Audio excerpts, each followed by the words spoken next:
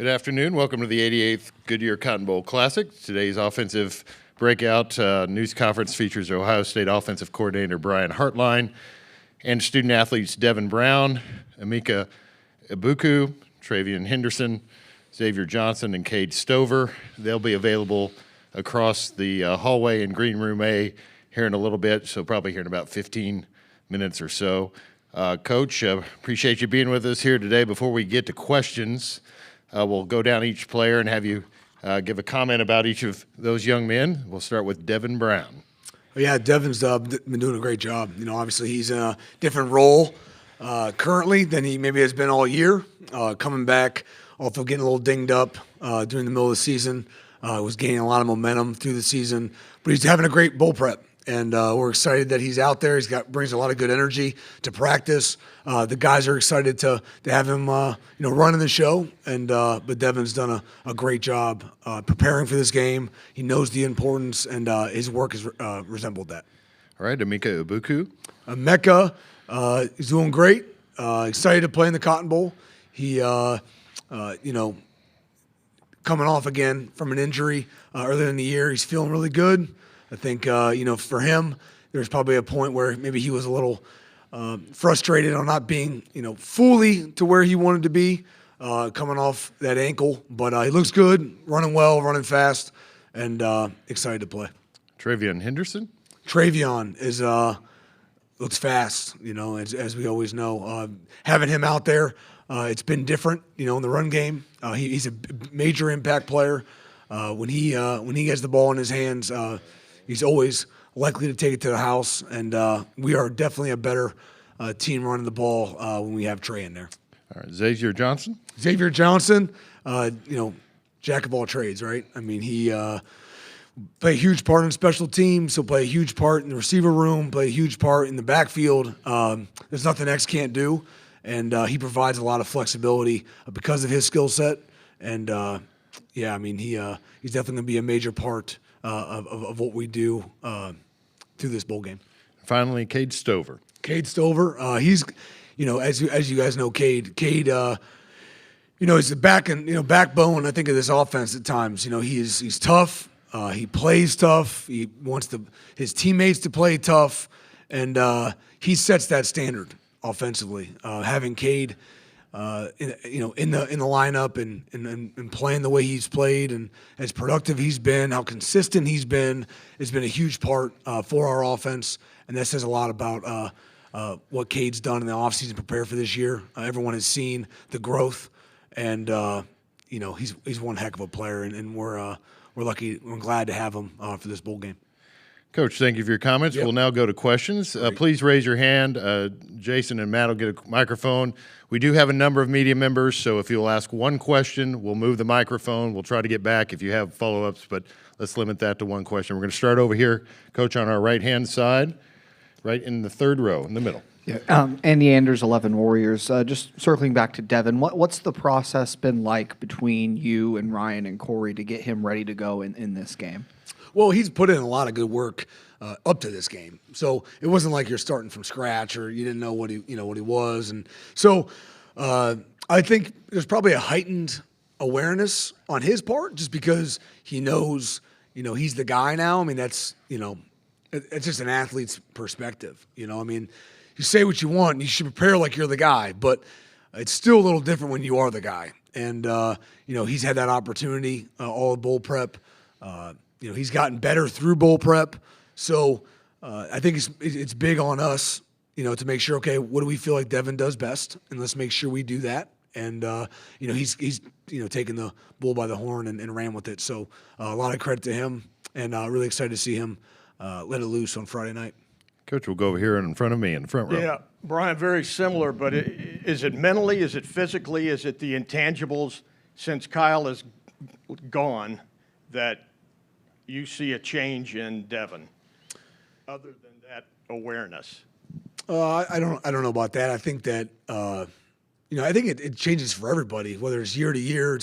When a guy changes roles, I mean, it sparks a different reaction. Whether it's a wideout or a running back or a quarterback, it doesn't change. I mean, I think that when that you're the guy going out there to do whatever the role is, and it's changed, it kind of asks you to be more intentful. I mean, that's just the reality of it. And but Devin always has his makeup. He's always been the same old, Dev. Dev is so I wouldn't say he's being somebody he hasn't been. It's just a heightened sense of got to go, got to do it now kind of thing. And I think that's pretty common in any athlete that grows into a different role. Coach, we'll go over to your side of the room, over by the corner. Brian, it doesn't look like Marv's going to play. Julian's already moved on. Right here. Right, yeah. This dynamic for your room, I mean, you had this a couple years ago in the Rose Bowl where, Chris and Garrett didn't play. What's the opportunity for these younger guys? What do you expect to see? What do you want to evaluate on Friday night with that next wave? Yeah, I mean, opportunities, right? And so what we do with those opportunities ultimately dictates, the way our career is going to go. That's the great thing about sports. So with a couple guys that will be in different roles, a couple guys that will have different opportunities, and the goal. I hope a lot of guys get to play. I mean, that's kind of that's my hope. So it's a hot building. You can feel it get stuffy in there sometimes. So a lot of guys got to be ready to play, and based on how the game goes, will dictate a lot of that. But I'm really excited for those guys. I mean, that's like you're saying. I mean, there's a not the first seeing of guys, but like this is the step forward. This is what's coming next year. This is what your role could be if you take it and run with it. Now, nothing's given around here. Everything's been earned, but the whole room in general, I think, is excited. I'm excited, and I'm excited to see some of these guys get different opportunities that maybe they haven't gotten through the year. I mean, that's really what prepares these guys to take those steps, chasing Mech and chasing, Marvin Harrison, and just like they did the same with Garrett and Jackson and Chris, that allows them to push and push and push. And then when their time shows up, it seems like it's a lot easier of a transition because they're getting challenged every day. So we're on the edge of seeing some different opportunities, and I'm looking forward to some guys taking it and run with it. Coach will go in front of me, straight ahead. Yes. Brian, Jeremy Birmingham, dotting the I's. The last 5 years as an assistant that you've been at Ohio State, college football has changed a lot. You, to my knowledge, have not brought in any transfers to your room that I can recall. Correct me if I'm wrong, but has your philosophy on how you recruit changed at all? Are the people, is it more about the mental makeup now than, or obviously physical makeup matters, but is it a different process than it was when you started, and where is it going, do you think? This could be like an hour conversation of the change, as you guys could imagine. Now, that being said, we are very prideful in that, in that mindset of, selecting guys out of high school and then allowing them to select us. So it's a two-way road. As much as we want them to come here, they have to also pick us. And so that's been good. But those guys that are playing on Saturdays and in bowl games are the guys we have recruited, Nothing against the transfer world. I'm not, there's lots of reasons to do it and have it and use it. But we have not done that yet in the receiver room, which is, a goal. The goal is to pick out the right high school young men, like you're saying, that fit our mold, and they select us as we select them. And then you see those guys play on Saturdays, and I think we're very prideful on the development we've had in our room.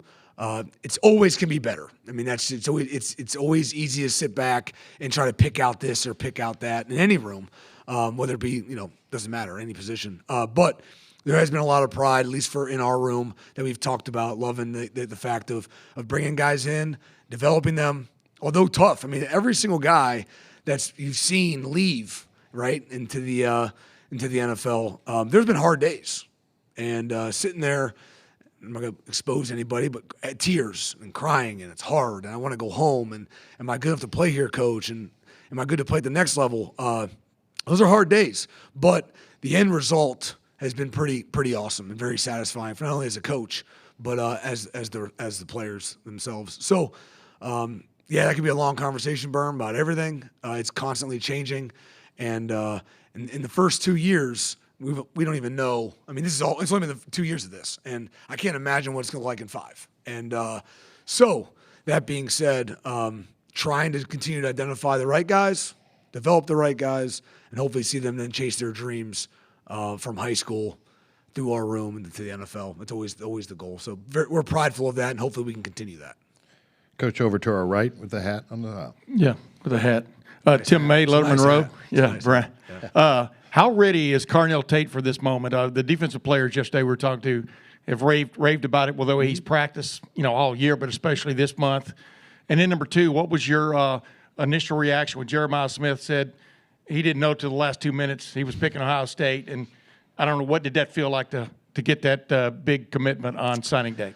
Well, Carnell, we'll start there. He's played a lot as a freshman and well-deserved. And frankly, it probably would have started a little earlier if it really wasn't, a little dinged up coming out of camp. Had a great camp, but came out dinged up, so it kind of slowed that down. And once he got his feet back under him, I think pretty close to like the bye week, he really started getting going. So really excited for him. He's been ready. He's been chasing those guys just like, Marv and Mac and some of the guys were all ready, but they were chasing the other guys. And so if you look at our progression, frankly, as a freshman, and whether it be Chris or Jackson or Garrett, he's right in that mold, especially production-wise. And and Carnell came into a room that was very deep, and so have 4 older guys, there, and then you still earning playing time because of your work. And like you said, the defensive guys, peers always know. Coaches can say what they want, but the players know. And so you get best reactions and info from players. And I'm excited for Carnell in general. As far as recruiting goes, am I allowed to talk about him now because he's signed now? I get nervous about every rule. I don't know anymore. So I guess I'll say this about Jeremiah. He never wavered.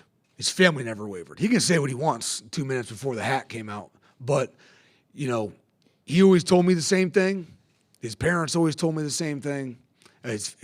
So it's from his family to him, everything. The reality of college football is you guys see it, and you guys see the clicks, and you see the conversations, and all those kind of things, and that's all I can say. He's been loyal. His family's loyal. They are. They always did what they said, and I can't thank them enough. And I'll tell you, I'm really excited for him, and we'll see him here in a couple weeks. So if that is it a week, 2 weeks, 2 weeks probably, right? Yeah. So very excited. Coach, we'll go straight in front of me, second row. What's going on? Coach Gerard Hamilton from PowerMizzou.com. Chris Abrams-Drain, All-American corner. What type of problems does he present to your wideouts, and where does he rank among the cornerbacks you guys played this year? I think they do a great job defensively. I think that they're talented on the outside. I think they do they run really well. Both guys. One guy more, heralded than the other, but I have a lot of respect for both, frankly. I think that our guys do too. Anytime we get a chance to play a high-end defense that we get to play and go against really good DBs, it's a great opportunity for our guys to see really what we're made of. And I know our guys feel that way. We also do a good job, I feel like, studying these guys. And so, I'm not going to highlight or bring anything up that may not help us. So, but we have a good feel for them. We have a lot of respect for them, and our work has reflected that. The way you work always, tells you the most. It shows the most respect, right? And we just hear that a lot. So, the guys have been great. They've worked hard. It's hard to replicate high-end DBs like that. Luckily, we have some here at Ohio State too. But on scout teams, that's hard to do. And so, we're looking forward to it. We expect a lot of man coverage, frankly, and they have their change up, but that's what they do, and they're prideful of that. So, got to beat man-to-man coverage, and look forward to the opportunity. Coach, we'll go over here in front of you on the aisle. Nathan Baird, Cleveland.com. Go back to Devin. I know you're saying the personality has been pretty consistent throughout. Mm-hmm. Just from going back to camp to now, what progressions have you seen in terms of fundamentals, execution, processing, those just sort of, quarterback things?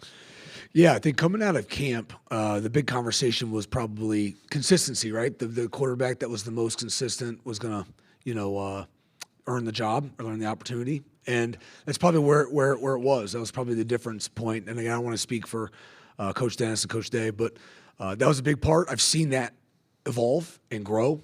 He's done a really good job being on target and putting the ball not just to the right guy per se, but instead of on the back hip, it's on the front hip, which is a major deal. And so seeing all those grow has been better. I'm sure that's attributed to his fundamentals and his release point and everything he's been working on. So it all plays a part. But I really have enjoyed, again, being in a different role allows you to kind of maybe have your voice and speak up and push the guys. It's just a little different, right? I mean, you can be a leader, but it's hard to be a leader if you're not one of the guys. It's just the reality of it in sports. And so when your best players are your hardest workers and your starters, they can really drive. And so Dev has always worked hard. His consistency has continued to grow, and he's got a little more to his voice because of the role he's in now currently. So that's what I've seen, grow and enhance with Devin. Coach, we'll go in your section in front of you and towards the back, right in the middle. Adam King, 10 TV. Coach, you've pretty much got a whole year under your belt now. It's the offensive coordinator. Curious, what have you learned throughout the season about yourself? I know probably not introspective in a time like this, but, how has your role changed? How have you grown as a coach? Yeah, appreciate the question. No, I'm always self-reflecting all the time. It's probably my problem. So it's never, it's never good enough.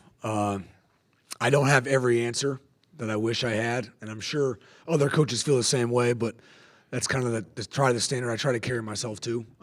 Learned a ton. I mean, I think that from a people skills standpoint, I've always kind of had that, so that wasn't necessarily a learning part. I would say, making sure I'm as diverse in my football knowledge and not just a receiver or pass game guy is naturally been there, but the demand of myself to be an expert in a different part of the game, you always want to do that, but until you're demanded to do that, it's it's a little different, right? So I've demanded myself to do that. I think that's grown. My opinions and my feel of why to do things has grown. I mean, everything is good, and it's gotten better. It's never going to be good enough, so you got to balance that. But I'm really just trying to be very perceptive of Coach Day and what he does and how he operates, and I make sure I continue to learn as much as I can from him. Obviously, we have a great staff, even defensively, so I'm trying to always pick things up from Coach Knowles as well. But it's been a great first year. Looking forward to growing again in year two. Okay, we'll stay in that middle section about 4 rows back, straight ahead of you, Coach. Hey, Brian. Callum McAndrew, Columbia Daily Tribune. Just wondering what some of the nuances, key takeaways from Blake Baker's scheme that you've seen in your preparation, especially on his third down play calling. Yeah, I mean, I think good defensive structure. I mean, those guys are well coached. I would say that I rarely see them out of position. They've looked pretty tied in communication wise.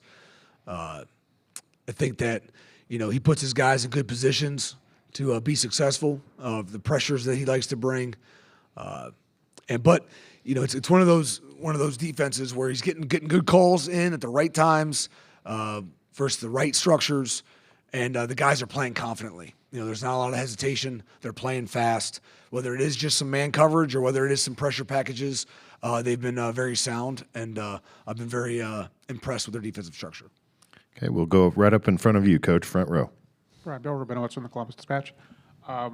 Related to the new duties this year, I don't know exactly how the play calling works. I mean, I'm assuming that Ryan's still doing the bulk of that.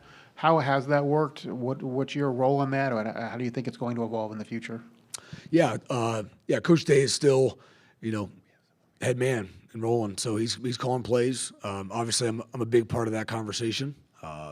Especially, I would say the biggest role is probably putting it together throughout the week, right? And then when, how it's called on Saturdays that's Coach Day. And so I'm sure it'll continue to grow. Coach Day can answer more of that for you. But, I think that the adjustments we make at halftime, the talking we're having between series and really during the series at times, obviously I'm a big part of that. But we really put it together, and then, he calls it on Saturdays. Yep. Okay, we'll stay in that same section towards the back, over by the cameraman. Go ahead. Brian Spitzer, Holbrook, Letterman Row. With Brandon not coming until June, but then having the bowl practice now, do you see him starting to get to where he needs to be in year one in your room? And then if I can add another one, can you just talk a little bit about Mylan Graham since you talked about Jeremiah? Yeah. Yeah, Brandon's done a good job. Anytime you can you come in early, it does give you a leg up. It's just the truth. And more than anything, it's a competitive standpoint. You know, it's hard to come in and take time from a guy that's been there working it. Nothing's ever handed to anybody. And although your future is very bright, we're still living in the now, right? So Brandon was in a spot where you get into June, did a great job catching up quickly, frankly. But a deep room, still learning, and, you know, to have Xavier and Emeka and have these guys doing a good job, that was really important. You know, Carnell playing a part, and then we having some injuries, and then being able to move Carnell into the slot, and I mean, he can do whatever you want him to do. So that's a good sign of a good player. So Brandon's doing everything he needs to do, and I think, you know, his future is very bright, and he's showing, you know, day in and day out. He's a football player, first of all, and he's making a lot of good plays and communicating and learning. So, yeah, very, very happy to see what Brandon's doing, and frankly with Bryson as well. I mean, Bryson's really done a good job continuing to grow, and those two guys really provide a bright future, you know, for the wideout room. And then Milan, one heck of a football player. You know, talk about a guy that, you know, knew where he wanted to go, came and saw us a lot, made no gripe about, you know, going anywhere else or whatever. You know, his process was very different than Jeremiah's, which is fine. They're both right in their own way. And but very thrilled to have him. Been at camp a handful of times. Will come to camp and just work with me multiple times. So I feel like he's already a part of the room. Excited to see him in June. He'll be a June guy. So we'll have to do a good job through the summer catching him up. But he's a quick study. He'll do a good job. Thanks for asking about Milan. Sorry, Coach. We'll go front row again. Joey Coppin, Columbus Dispatch. Hey, Joey. Brian, we've seen Travion out there at practice. How is he going to be able to play in the game, and just how's he looked in the lead up to this one?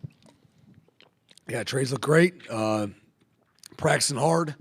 He knows, you know, how important this game is, and yeah, I mean, we have a good package of thoughts of what we want to get done with Trey, and he's done a great job being a leader through bowl prep, and you know, I know we're excited to let it rip on Friday. Okay, we'll go back over to the right-hand side in front of you. Brian, Marv looked like he was being tortured to have to watch you guys practice yesterday and today, I guess, to some extent. I know how badly he wanted to go probably play one more time. Wasn't maybe the best decision for him. What were your conversations like for this decision-making process? And, you know, are there similarities to 2 years ago? Let's see here. How do you know Marv's not playing? I don't know. I guess we'll have to just find out on Friday. Coach Day can hit on that, you know, when you guys ask. But no, he was just on the bike, right? I think he was on the bike, keeping his legs warm in between periods, right? Okay. So, but that being said, any rep that he doesn't take, he is frustrated and always wanting to be out there on every rep. It is my job to make sure he doesn't expose himself to any rep that he does not need. So, but as far as, you know, how much playing time and all that, I'm sure Coach Day can iron that out for you guys. But you know, Marv's ready to roll if you ask him. So. Has he raised the bar in the room? Yes. The Marv has, you know, Chris, Terry, Johnny, you know, Alston Mack, those guys set a pretty high bar, you know, and you know, I would say Chris and Garrett then, you know, started work to raise that, you know, and Jackson included. And you know, I think that to see Marv come in with Mack and see that bar and then raise it again is pretty profound. I would say that the way he did that wasn't just the play. You guys see the play on Saturday, but it's the lifestyle. It's the way he did everything. It's the way he prepared. It's the way he talks. It's the way we, in our group chat, the messages we put in that group chat, the reaction to those messages, the conversations and about elite, you know, players, Kobe's of the world, you know, the Mamba mentality, and that's really what's elevated that bar. And now it's a tall task to have the next guys find a way to raise that bar. Don't know how, but we're gonna have to find a way to raise that bar, and that'll be up to Carnell and the group that'll be around next year. Okay, we have 2 more questions. We'll start in the second row, right in front of you, Coach. Middle. Brian, Andy Bax from Letterman Row. Hi, Andy. The thing about Lincoln, everyone says it's just the moment hasn't been too big for him this whole time since joining the team in the summer. I guess from a football standpoint, though, like what stands out about Lincoln? How is he pushing Devin right now? And what have you seen from his development during bowl season?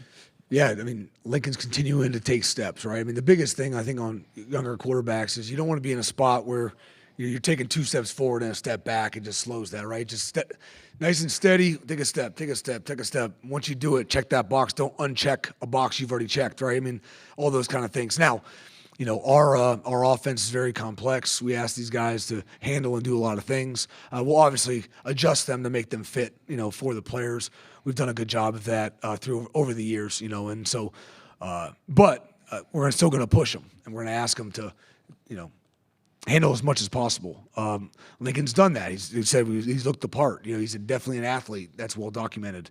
And I think the more and more he can just continually do ball, week in and week out, another offseason will be huge for him to continue to let, the routine plays be routine. And that just comes with time. And frankly, time doesn't stop for anybody. You need to put the time in. So that's coming. He's doing a good job. And, again, very bright future. The way he does things, though, does continue to push Devin, and that's really important. I mean, at the end of the day, coaches can try to push players and suggest and motivate as much as you want, but peer-to-peer motivation is nothing like it. To know there's somebody on my tail, to know I have to bring my A game every single day allows game days to be much easier, and Devin and Lincoln are doing that to each other on a daily basis. Okay, our final question is right in front of you, in the front section, 3 rows. Brian Cameron T with The Athletic.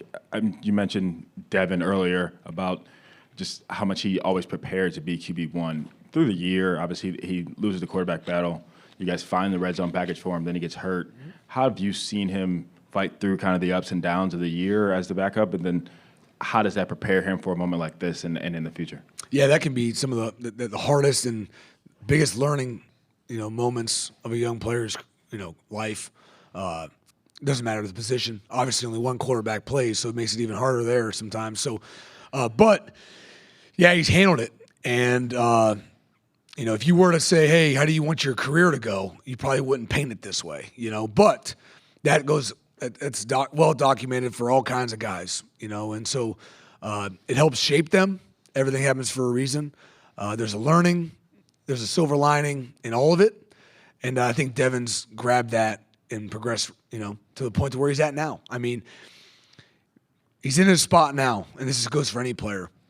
I bet you there's times where he looks back, and he's probably glad that he was in that competition because the competition then asks you to be the best version of yourself. If you're in a spot where you're not competing necessarily, it's kind of your job. Maybe there's a day that you wasted. I doubt there's a day you can look back that Devin feels like he wasted. So everything happens for a reason. Again, I said that already, but I think the path at which he's taken has been given, he's maximized. So that'll continue the next 48 hours, and he'll look to maximize on Friday as well. We're excited for him. We're excited about his prep, and I'm excited to see him play on Friday. Coach Hartline, thanks for joining us today. Yes, thanks for having me.